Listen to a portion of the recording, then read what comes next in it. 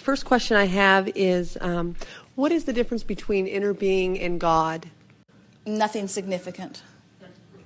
So how does Abraham define God? Well, we don't try to define or quantify God in the way humans do. We understand that which man is calling God is an ever-expanding energy or consciousness, and that at its root is what we are calling the source of well-being. And as it continues to expand, it becomes more and more and more. Sometimes we refer to that which man calls God as all that is, but then man gets confused because when he thinks of all that is, he includes cancer and trauma and struggle. And that which we mean as that source energy is not a vibrational match with that. Man experiences that when he finds vibrational disharmony with that which is this source stream. So it is helpful when you think of this non-physical consciousness as a stream, because then you are able to allow it to be as expansive as it really is.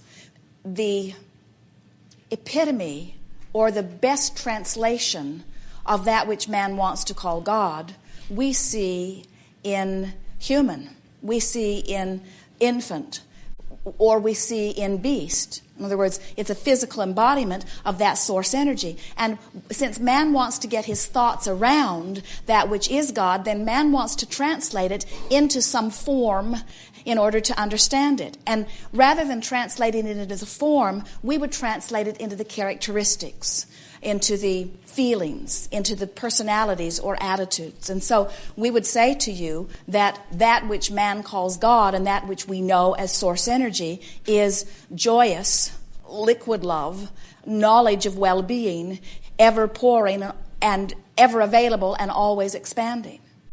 As you need it to be more man-like, then you tend to give it more man-like characteristics. And so you make God angry, or you make God disappointed, or you make God unavailable, or you make God needing you to jump through hoops before he is available. And so man has done such a distortion number on that which is the energy of source that we rarely even use the word unless you do. Because when we talk about what is your dominant vibration, and we throw up a word like God, the vibration that comes from human masses is nowhere near the vibration that is that which we know as source.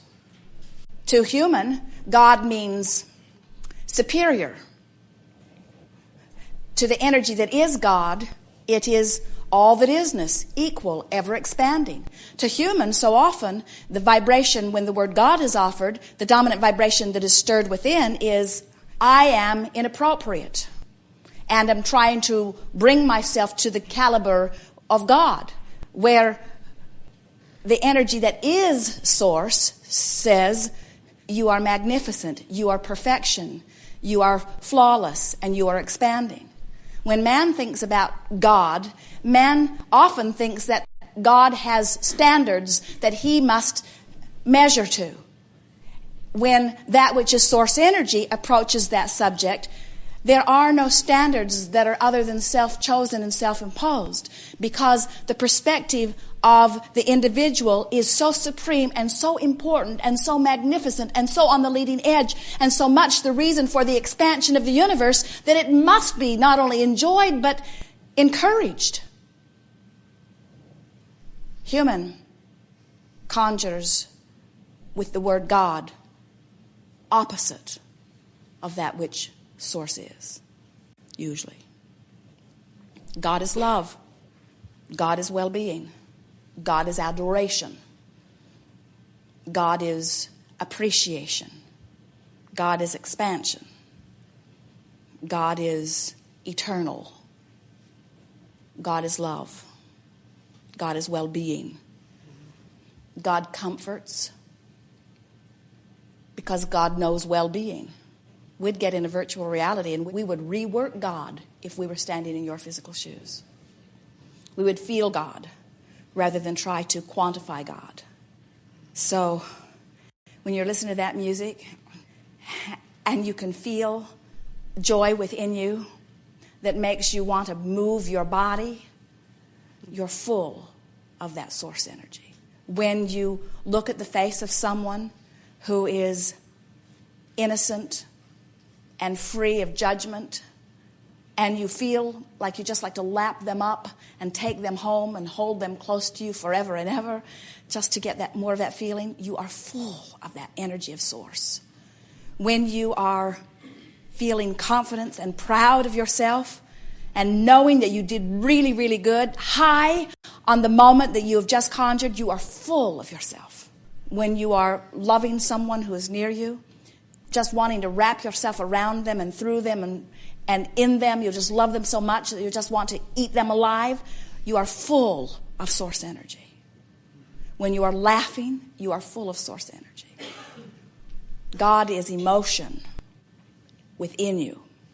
That's how you know. And then the other question I have is, does God evolve, or has all of this information been here all since the beginning of time? Constant expansion. So it is always evolving, like from the moment God began, whenever that is. Well, look at it all this the way. information was there then, or it keeps... Feel how this surely must be. Feel how illogical it is, the premise that God is complete and that everything else is striving to catch up. So the statement in the Bible that says... The fact that you exist at all is testament to your expanding universe. In other words, if it were not for your willingness to come forth into the leading edge, to discover the new desire, which is the asking that summons life force forth, there could not be expansion. In other words, the idea that God is complete is illogical beyond physical description. It defies every law of the universe. So the statement in the Bible, God is the same yesterday, today, and forever, is not a truth. What else comes with that? In other words, what was the context in which it was offered? Well, the context being that he went... Who was speaking the words, do you recall? From what perspective were those words spoken? Every word that is in the Bible was translated through a human who was living some circumstances. And if you know the circumstances that they were living, then you can make sense of the context in which the words were spoken. Do you know that? No. Well, let's give it the benefit of the doubt, and let's assume that those are accurate words. So now let's try to figure out the context in which it is offered. And so when we say to you, God is love, God always has been love, God always will be love, God is well-being, God is Source energy, God is always consistent, it is always there for you. Anytime you ask, it will always be answered. Does it make sense that some of those words might match that? Does it say God is unchanging? If it did, it would be wrong. So is it fair to say that as we are on this planet and we are creating new ideas and new amazing things that maybe haven't ever been around, that God is evolving too? Absolutely. Yes. Oh, yes. Source energy expands through you. You are on the leading edge. You said, I will go forth into this time-space reality, and I will chew upon the contrasting events. And from that will be born new ideas or preferences that maybe have never been before. They certainly will be new to me in the moment. And as they are born, that rocket of desire shoots forth from me, and when I ask, it is always given. And so in the moment that the preference is chosen by me, Source energy rushes forward to fulfill the preference. And the universe has expanded, and God has become more. And what this workshop is about is not the expansion of God. God is expanding. It's not getting God back into alignment with Source energy. God is Source energy. In other words, the alignment is there. This workshop is about helping you, the physical, on the leading edge creator, to get in alignment with your own desire. Somebody said to us one day, Abraham, what do you do? In other words, what's your role in our creative workshop? And we said, well, when contrast inspires you to a desire, we immediately go to a virtual reality and imagine the outcome of your desire. We, Source energy, ride the rocket of your desire. That's what the fairies of the universe do. In other words, we take your desire and we envision it to fulfillment. And when you come into alignment with your own desire, you fulfill it within your experience. But the fact that you may not fulfill it does not keep it from being fulfilled. Did that make sense to you? That was really good. One day we were talking to some friends about visualization, about creating a sort of virtual reality, which would then conjure a vibration. And this person said, well, I'm not very good at that because I cannot imagine. And we said, can you remember? And this person said, well, yes, I guess. And we said, do you remember where you live? Do you remember where you parked your car? Do you remember how the furniture is arranged in your living room? Do you know where you keep your wallet when you are living at home? And of course, all of those images came to his mind, and we said, you can imagine, because none of that is here right now in this moment, and yet images are coming forth in your mind, so you know how to imagine. Imagery is only about telling a story, and maybe it's a verbal story, maybe it's a story that brings pictures in your mind. It doesn't make any difference. Imagery is about expressing something that is not happening here in this moment. And so what we are wanting to encourage you to begin doing is use the power of visualization, a virtual reality game, so to speak, where you get to make things just as you want them to be, and in doing so, you conjure a vibration. Now, what we've noticed, because some of you have been doing something like this for some time, some of you have been doing what we've called creative workshops or imagination for a while. But the thing that we want you to hear that may be different for you here today than what you've been doing before is that when you are working in your virtual reality, you make everything as you want it to be. You would not take a broken relationship into your virtual reality and fix it. You would just take a perfect relationship. In other words, you would not build a house in your virtual reality and then notice that it had holes in the roof and then tear the roof off and replace it. You would just build the perfect house in your virtual reality. And we think that is the thing that is tripping so many of you up, because so often you go to your creative workshop to try to fix something that is broken. And then you drag that energy into it, which causes your virtual reality moment in time not to be any more pure in vibration than what you're actually living. Something that really trips you up is that you have been trained to believe that you should face facts, that you should tell the truth, that you should tell it like it is. And what we're really wanting you to hear is that when you are seeing it, remembering it, imagining it, telling it like it is, then you are offering a vibration like it is, and you're not doing something about changing anything. In other words, all that you're doing is practicing the same vibration that is bringing you to the same place that you were before. And so, as you begin to utilize this virtual reality in the powerful way that we are offering it to you, you will take 15 or 20 minutes, maybe 2 or 3 times a day, on subjects that are important to you, and you will jump in and imagine something just as you want it to be.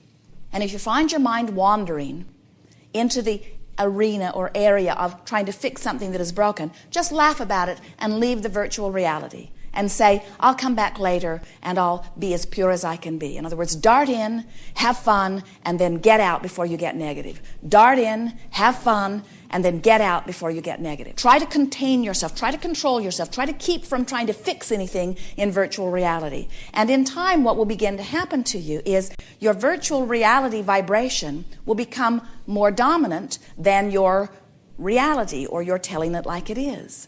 And as that teeter-totter or weight and balance tips, then you will begin to see manifestations coming that reflect your newfound vibration. Do you believe us when we say that you are more electrical than anything else? Are you beginning to get it, that you are vibrational beings? Do you understand that your emotions are your indications of vibrations? And can you not just really feel that if you could get into a virtual reality where you conjure some images that really thrill you, that this is practicing a different vibration than you might have been practicing before? And can you get it that with a little bit of concentrated practice, that you could activate a vibration within you that's different than anything that's been there before? And then can you see how your life can change? We want you to hear anything that you want. There is nothing off limit. Anything that you want. All you got to do is conjure it until the conjured image dominates your vibration. And when the conjured image that pleases you dominates your vibration, everything in the universe will shift. Everything will shift in order to help you to achieve the manifestation of this that you've conjured. It is law. It absolutely has to be. In fact, it is being in every moment of your experience. Everything that you are living is the perfect reflection of your vibrational countenance.